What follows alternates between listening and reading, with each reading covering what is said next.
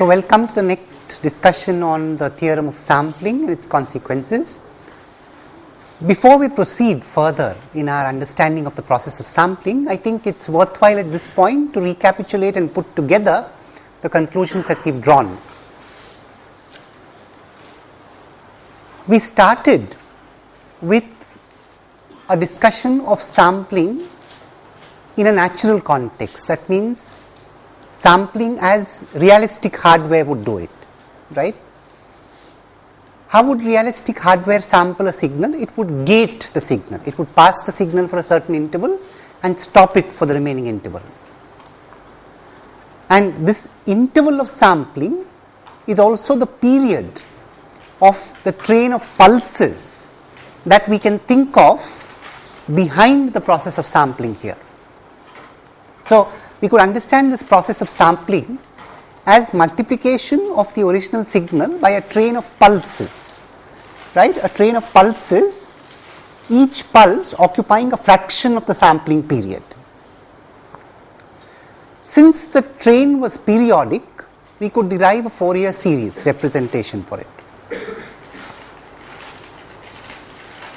Now, because there was a Fourier series representation, the Fourier transform of the periodic signal had a train of impulses located at multiples of the sampling frequency.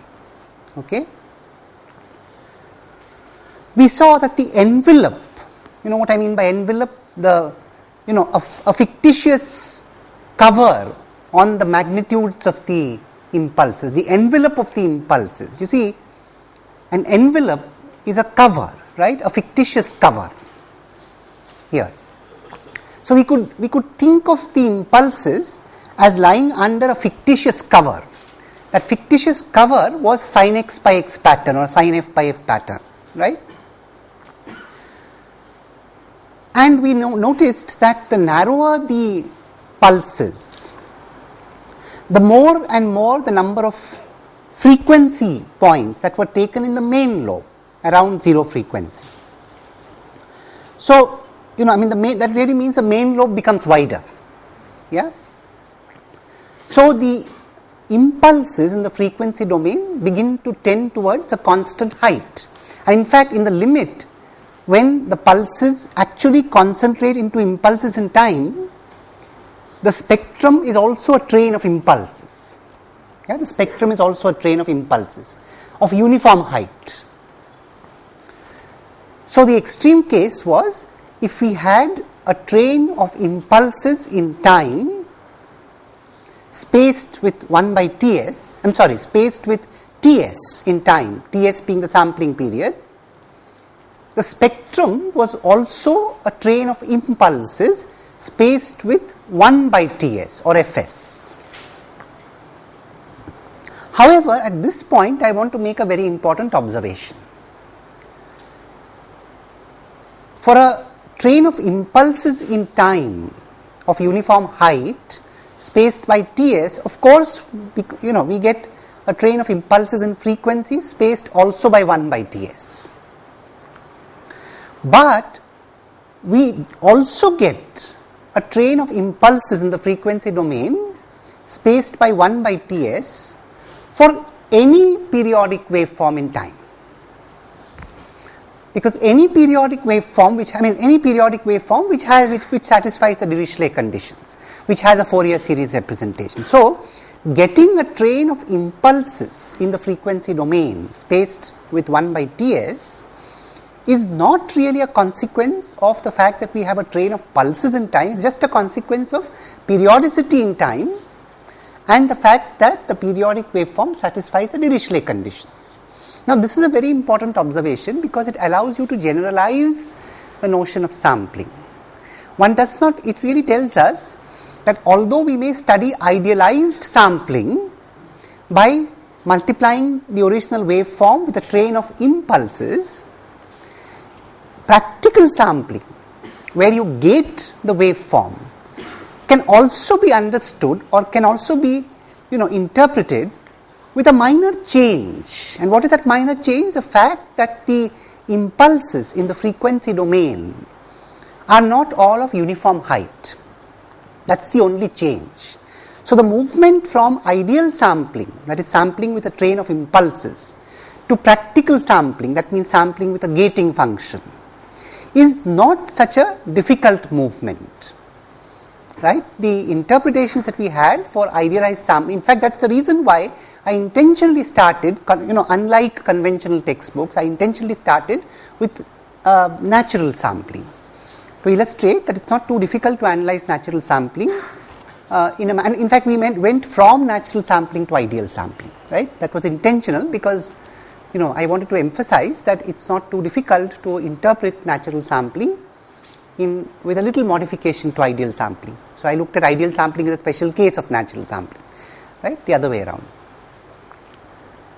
What did we do next? We saw that, the process of sampling could also be interpreted as the process of multiplication of the original waveform xt, which is band limited, by a periodic function, and therefore, in the frequency domain it is a convolution of the original spectrum with the spectrum of this periodic function. That means the convolution of the spectrum xf, where if xt be the original waveform and its spectrum be xf, it is a convolution of xf with a train of impulses in frequency.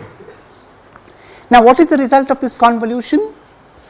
Each impulse in the frequency results in taking the original spectrum, translating it so that it lies centered around that multiple of Ts and scaled by the height of that frequency domain impulse. And all such scaled and translated versions of the original spectrum xf are then summed together to get the spectrum of the sample signal, whether it is naturally sampled or ideally sampled.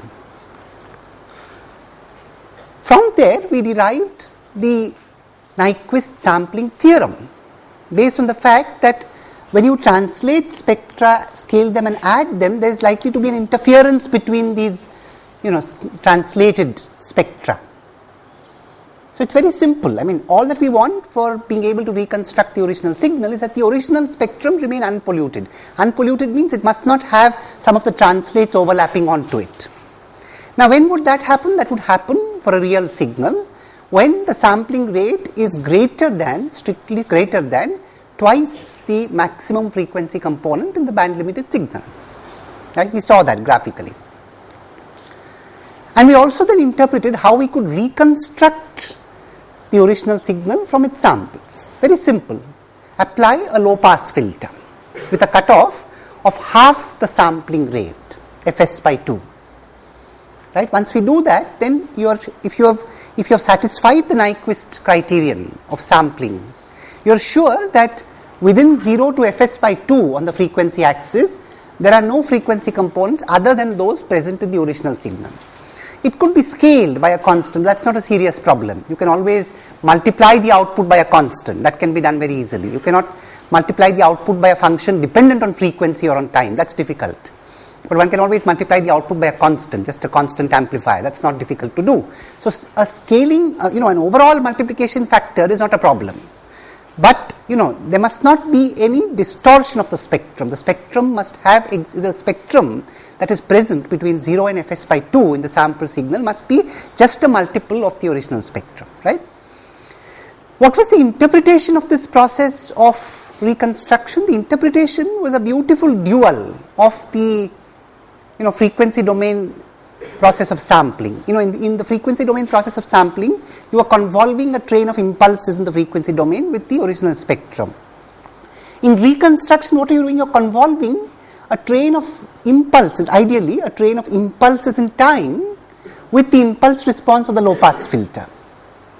What does it mean? You are taking the impulse response of the low pass filter and translating it to lie around every multiple of the sampling period Ts, scaling it by that sample value and adding up these impulse responses appropriately shifted and scaled. So, one could interpret it as a process of interpolation. We saw that it is a process of interpolation. And there we made several observations. We noted that the interpolation function is extremely smooth. Extremely smooth means it has any number of derivatives. It has an infinity. It has all derivatives of finite orders. And each of those derivatives is continuous. And we saw that this was not surprising because a band limited signal must have derivatives of all finite order, and each of those derivatives must be continuous because the next derivative exists and is continuous, right. So, band limited signal is one example of an analytic signal, but we also then saw that analytic signals need not be band limited. We gave an example and we raised a question there. In fact, that example also led us to another direction. We saw that that example was a case where the function and its Fourier transform resembled one another in form, and I raised the question whether there were other functions of that kind which had the same property, that is, the function and its Fourier transform have a similar form. Now, the reason for this detailed recapitulation was that it helps, you see, there are a lot of individual and disparate developments that we've gone through in the last few lectures, but it helps to put them together in one perspective, in one thread, to understand the link of one to the other. Yeah, and with this now we proceed to carry forth our understanding of the process of interpolation and also of the process of what, of the frequency domain process that occurs in sampling. So far we have been assuming that we are following the Nyquist principle. So, we have assumed the sampling rate is twice the maximum frequency component. Now, we shall violate that and understand the consequences, right. So, let us begin with just a sine wave. So, we have we have the function, we have the signal xt is sine omega mt. Or let us make it cos omega mt to avoid a phase in the spectrum. We have already seen the spectrum of this waveform. It is a pair of impulses, is that right? Because we can write this down as e raised to the power j omega mt plus e raised to the power minus j omega mt by 2.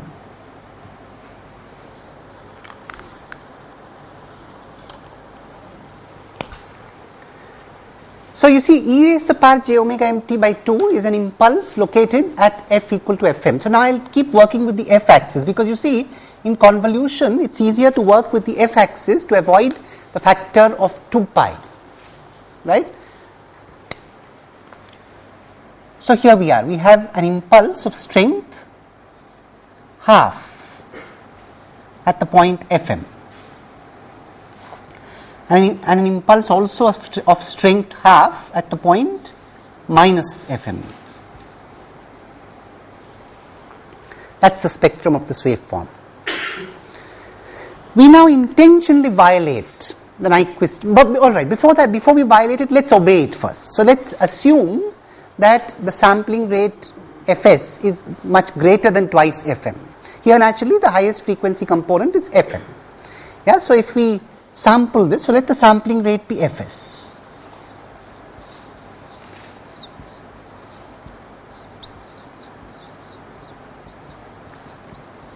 First, let us consider fs greater than twice fm, and let us draw the spectrum of the sample signal.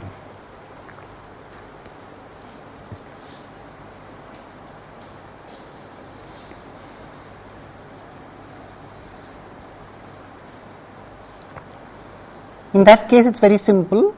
We have impulses located at every multiple of fs, I mean around every multiple of fs. So, we draw a few of them.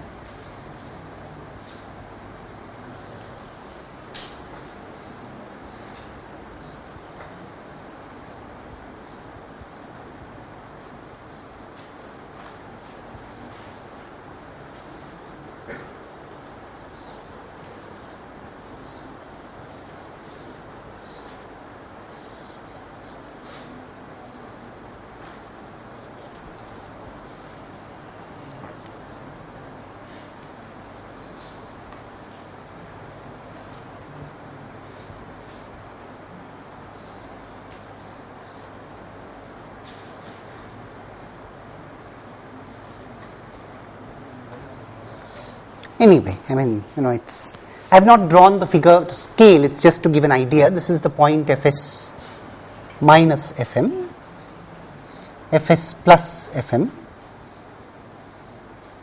2Fs minus Fm, 2Fs plus Fm. So the original spectrum translated to every multiple of the sampling rate.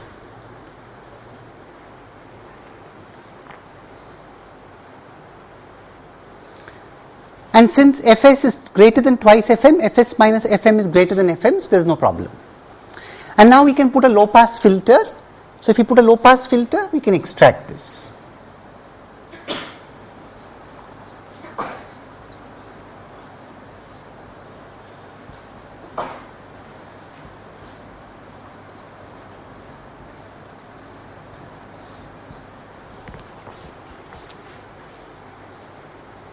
But now, let us go to the violation of the Nyquist principle. So now let us assume that Fs is not greater than twice Fm.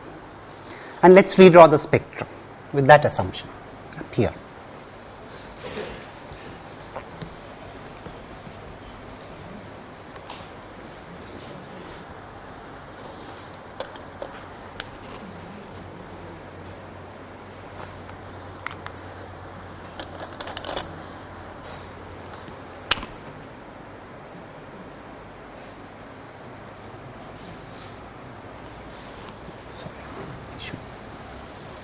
Better.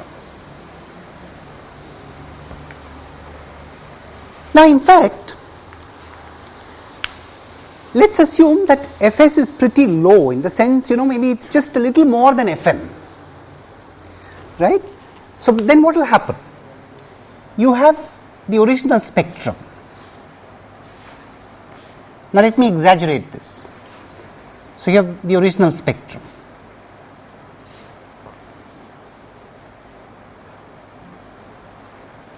And Fs is just a bit greater than Fm. So maybe it's somewhere here. And then Fs minus Fm is now a frequency less than Fm. So you have a spectral component here and therefore also a spectral component here. This point is Fs minus Fm. So here we are considering the case here we violate the Nyquist criterion.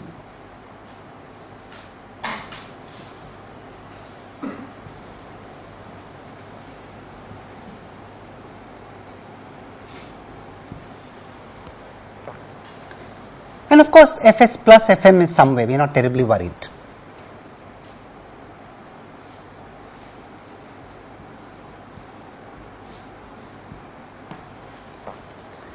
But my interest is in this pair of lines. My interest is in this pair of lines.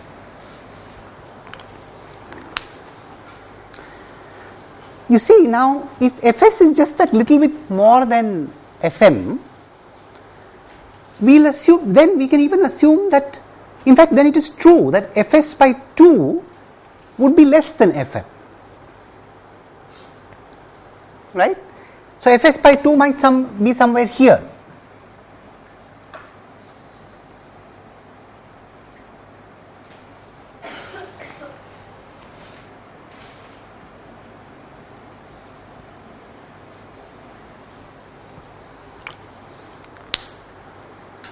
And now if you put a low pass filter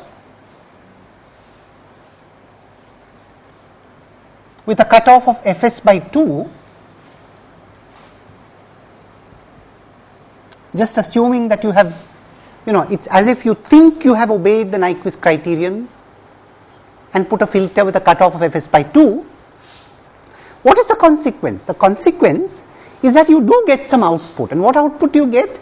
A sine wave or a cos wave of frequency Fs minus Fm.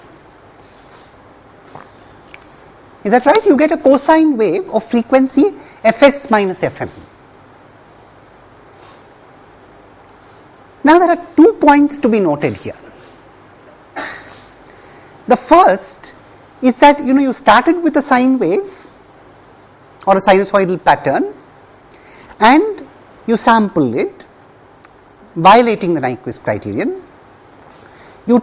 You quote unquote reconstructed it, not really reconstructed, you thought you are reconstructing it by putting a low pass filter with a cutoff of Fs by 2, and what you got was also a sine wave, the same kind of waveform but with a different frequency.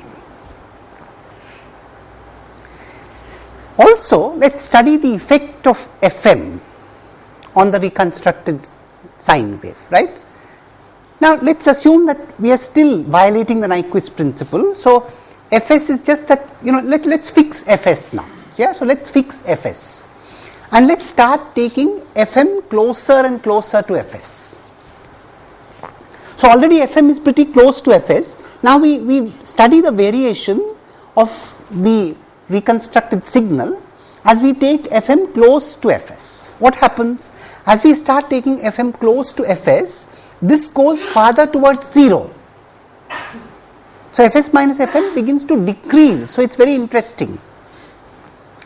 You see, there are two things that are peculiar here. One is that the reconstructed signal is also a sinusoid but of a different frequency. That is one peculiar thing.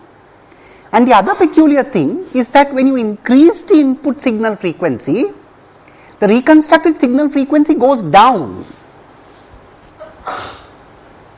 Right? So, these are the two peculiar things. Now, for very good reasons, this process that occurs when you violate the Nyquist principle is called aliasing.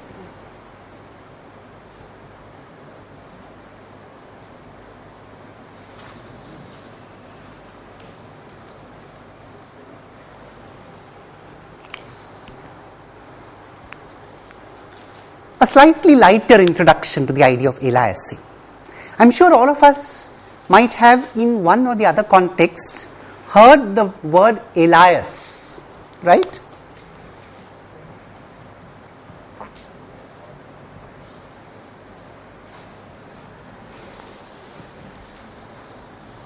What does the word alias mean? What does the word alias mean? I would like somebody to give a detailed answer. Anyone who would like to explain the meaning of the word aliasing?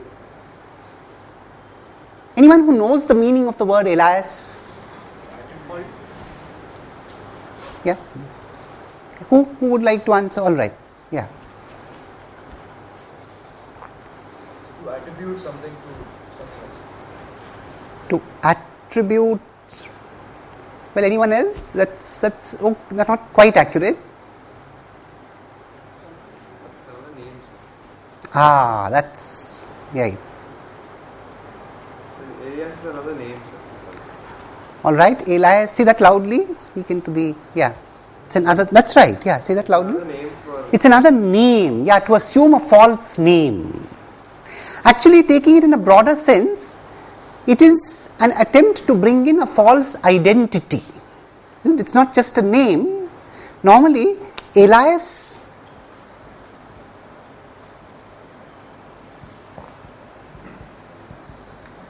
is assuming it's a false name, literally,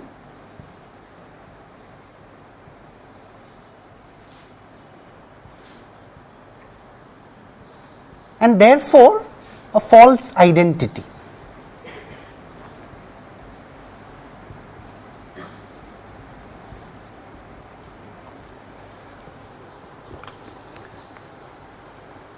Unfortunately, the word alias in the current context is used more often in the context of wrongdoers, right, or people with criminal tendencies, right.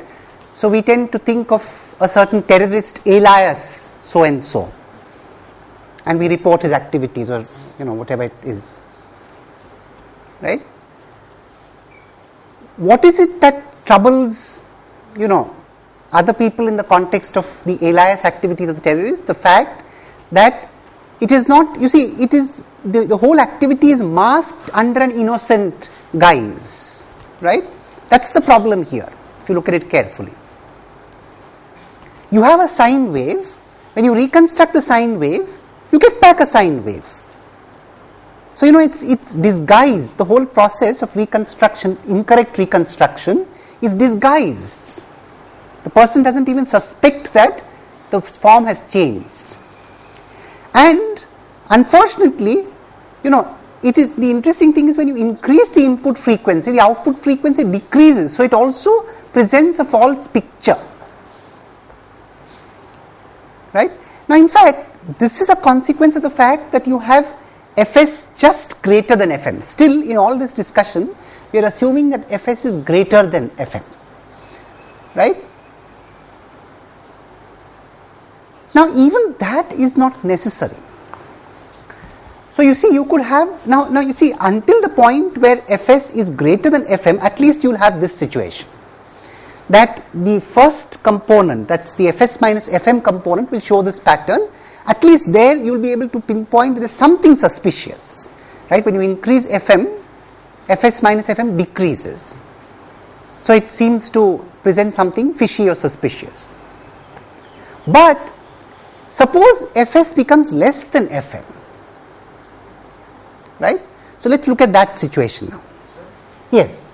So, here you are aware of the fact that that's why you put a bandpass filter of Fs by 2. Yeah, you see, you are aware of the sampling frequency, right, because you are controlling the sampling frequency.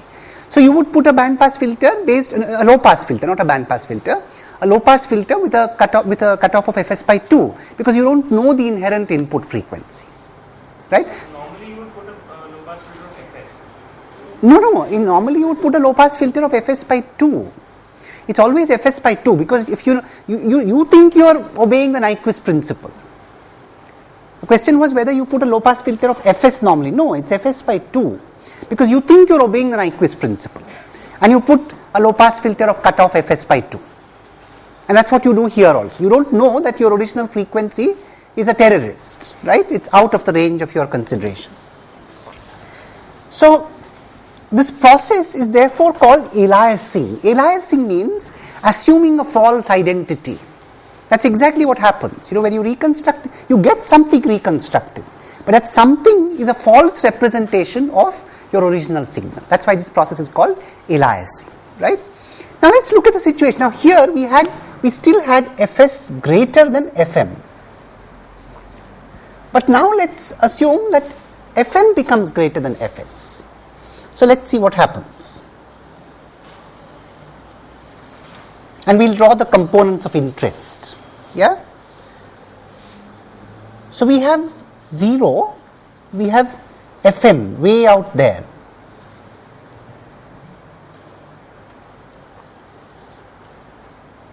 and we have Fs here. Now, what I will do is, I will draw only the positive spectral components.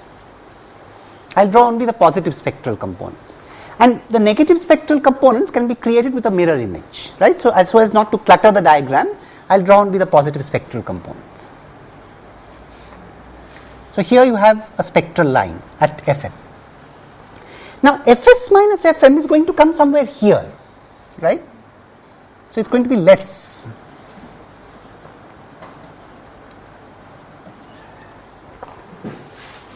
Okay. And of course, so this is Fs minus Fm.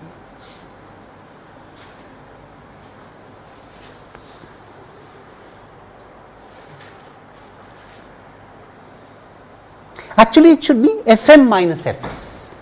I mean, the magnitude of this is Fm minus Fs. So, I could write this as minus Fm minus Fs.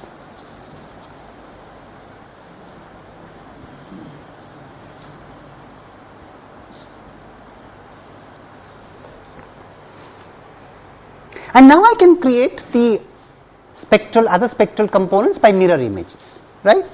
So, I shall have, naturally I shall have a mirror image of this. So, I will have minus Fm here,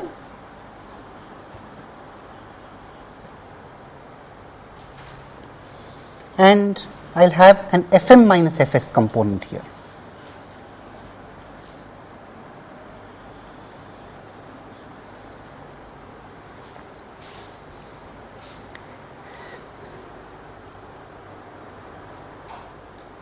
And now we might assume that Fs by 2 is somewhere here.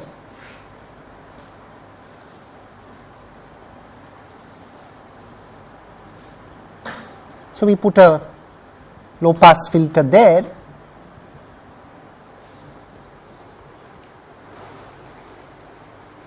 Okay, reconstruction low pass filter.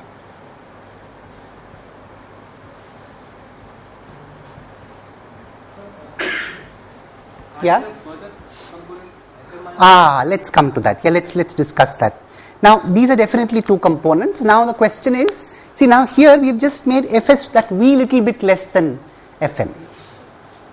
But we should not forget that there are further components. You see, there is a 2Fs and 2Fs minus Fm and 2. Of course, we will agree that Fs plus Fm is way away, right? So we are not worried about Fs plus Fm. But 2Fs minus Fm is a possible troublemaker. Yeah. Now, what are we assuming here?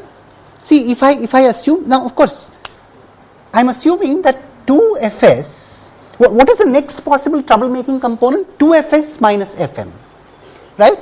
So I am just assuming, now let's first take the case where 2Fs minus Fm is greater than Fs by 2, right?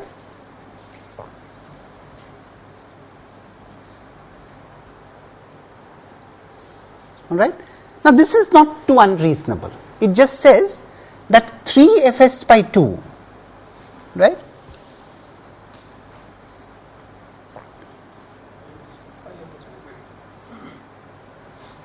No, it's 3Fs by 2. 3Fs by 2 is greater than Fm.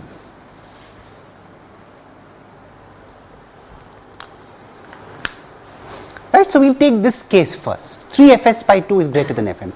See, Fs is less than Fm, but 3Fs by 2 is greater than Fm. 1.5 times that is greater than Fm.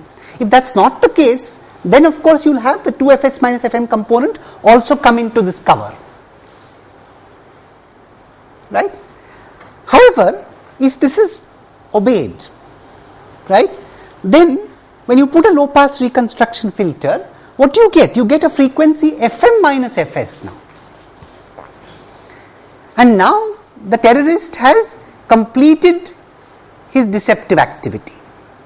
Because when you increase Fm, what happens? It appears as if the reconstructed frequency also increases. Alright. So now we can fix, you see, the idea is that of course we have to keep remembering that we have to keep this within 3Fs. You have fixed Fs and you fixed 3, so therefore 3Fs by 2 gets fixed somewhere here, let's say. So when you vary Fm between Fs and 3Fs by 2 like this, the effect is to reconstruct a same sinusoidal pattern but with a frequency of Fm minus Fs. And as you increase Fm, that reconstructed signal frequency also increases, making it even more deceptive. Right? Of course, when Fm goes beyond 3Fs by 2, then there is trouble because you have two sine waves coming in here. So then one detects the fishy or suspicious part. Good. Right? That's good. So when you have when you have Fm going beyond 3Fs by 2, the class very rightly points out, right? So you're all awake, that it's one frequency component, but that's 2Fm minus Fs. Because the Fs component goes out S by 2. So it's very interesting, alternately, you first have the Fs minus Fm component come within 0 by Fs by 2, then you have the Fm minus Fs, the next is 2Fm minus Fs, then what? I leave it to you as an exercise, right? So I would like you to work this out further. What happens? Now, there will be a cyclic pattern, right? So you will have a situation where as you increase Fms, you fix Fs. In fact, you can even try this. Maybe we should try this experiment sometime in the laboratory. It's a very doable experiment. It's a very doable experiment. You could gate a signal, a sine wave, and apply that gated pattern to a low pass filter. A low pass filter is easily constructed with operational amplifiers.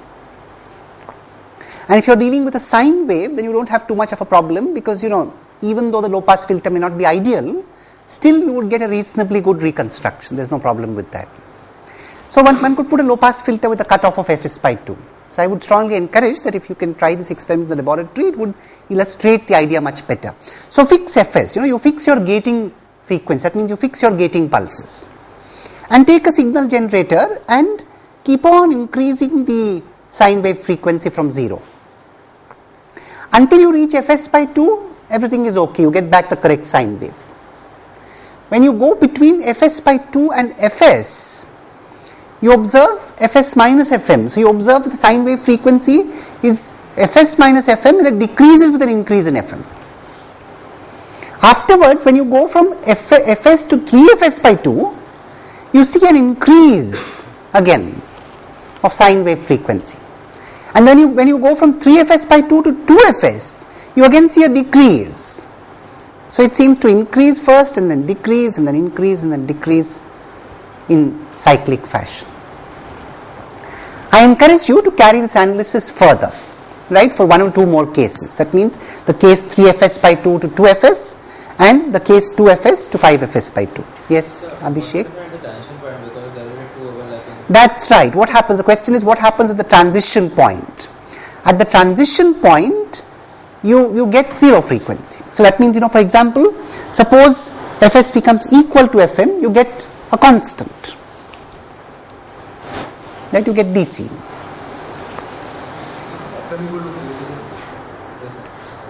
So when you get Fm equal to 3Fs by 2, then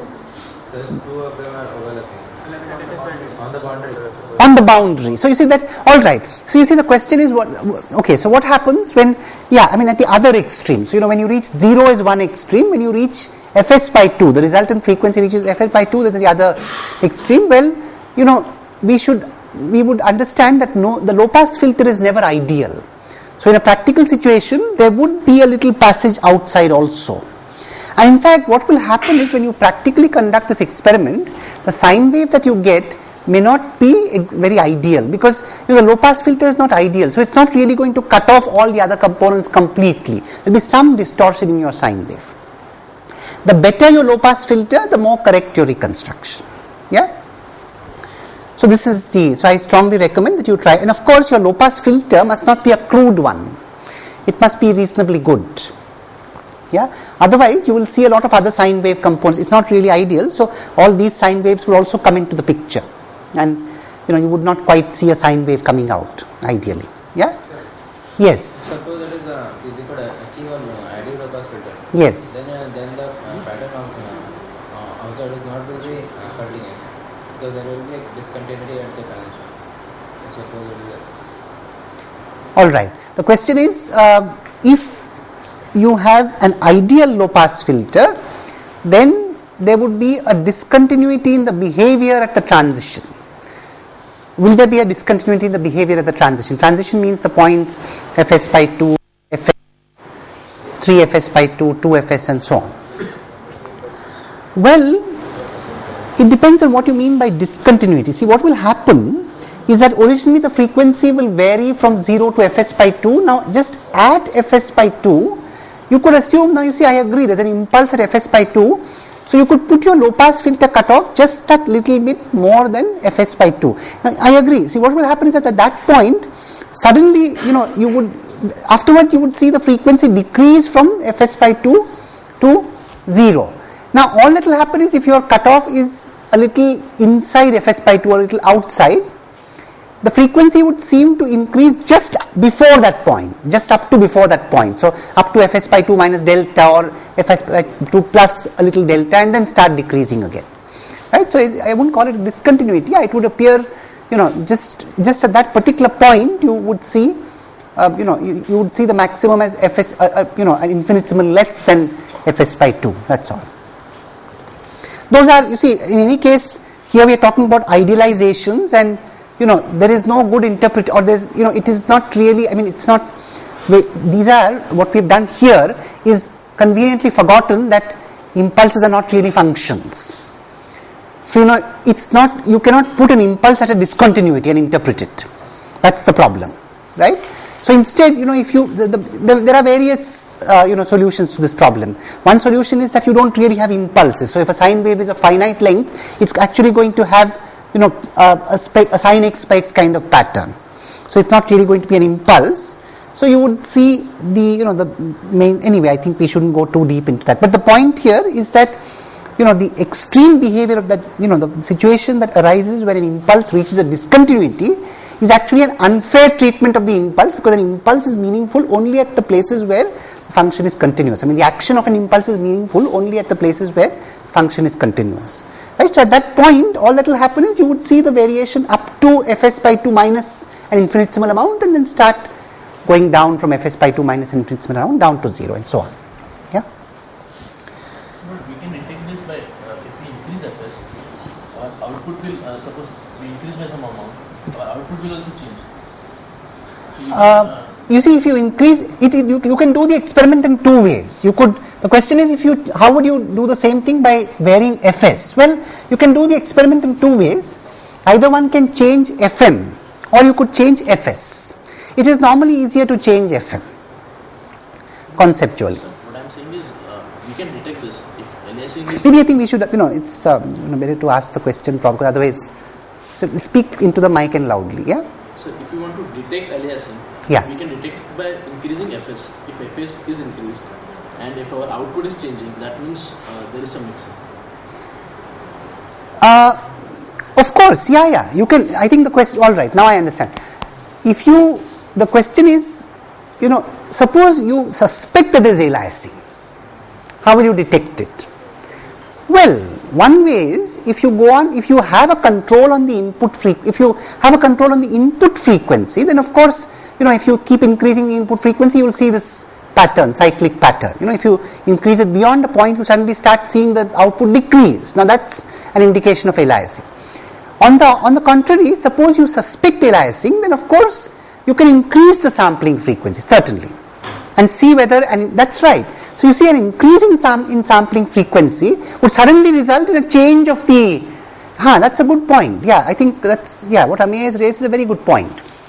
You see, I don't know whether I have aliasing or not in a situation. How do I find out? Without actually trying to investigate what my frequency, suppose I want to do it experimentally, right? And I have a control on my sampling frequency. Suppose here my control is on the sampling frequency. Yes, in that case, suppose I increase the sampling frequency, and if I did not have aliasing, I would continue not to have aliasing. So I would not see a change in the output behavior. Whereas if I had aliasing, then that's a very good point, yes indeed. Right? So if I had aliasing, then if I increase the input frequency, I would suddenly see, sampling frequency, I would suddenly see a change of the output pattern or the output waveform. That's a very good point. So to find out whether you have aliasing or not, without actually investigating the nature of the input waveform or trying to find out, the relation between the input, experimentally, if you increased the sampling frequency and found no change in the nature of the output, then you have no aliasing. But if you increase the input frequency and found a change, then it indicates the presence of aliasing. And in fact, it's one-to-one, in the sense that if you do indeed have aliasing, there will definitely be a change, as you can see in behavior, as you go on increasing the sampling frequency. That's right, up to a point, right? Up to the point where aliasing remains. And after when aliasing gets cancelled, then of course the behavior is steady. That's very good. That's a very good observation.